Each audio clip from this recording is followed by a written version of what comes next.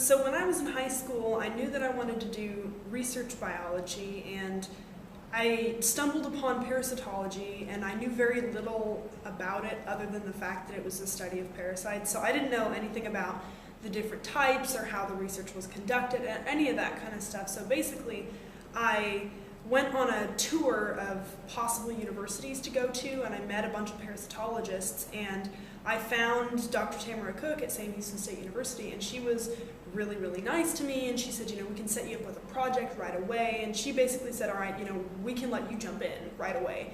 And so I said, sure, and so I came to Sam Houston, and then of course I had to find a project, and so it turned out that there was a mammologist and a paleontologist at Sam Houston that were working together as part of our vertebrate museum collection, and they had gotten a giant NSF grant to go to Botswana to do a whole bunch of collecting in caves in this sort of biodiversity site in Botswana. So when they came back, they had a graduate student that was going to be doing some dietary work on these rodents, and there are a lot of other species that they collected as well. But so they were going to be doing this dietary study, but unfortunately that student graduated.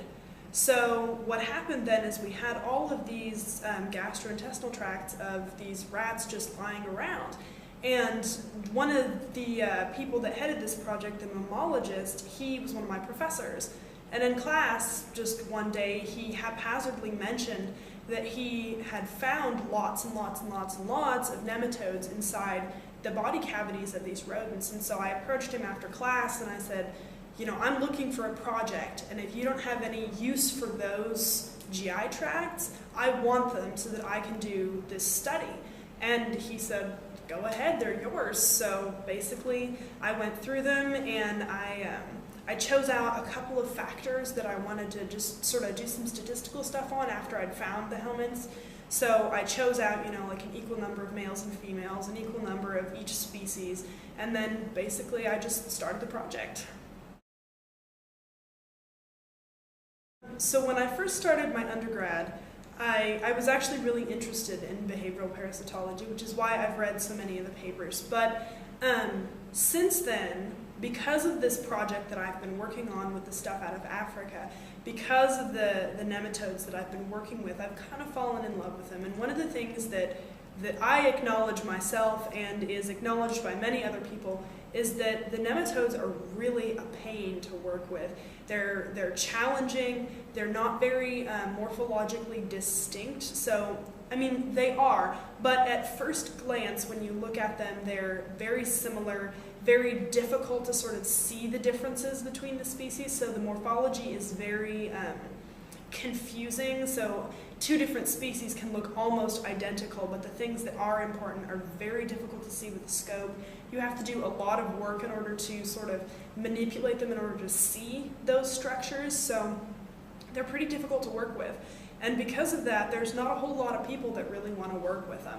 But I've really fallen in love with them. And so one of the things that I addressed in my talk is that there are problems with the original literature for a lot of the nematodes, where essentially there are literature descriptions of the species that have been set aside that aren't necessarily as good as they could be, or the pictures are they were accurate at the time, 200 years ago, but by today's standards, you can't get anything out of the picture. You don't know what you're looking at because the pictures are just so old.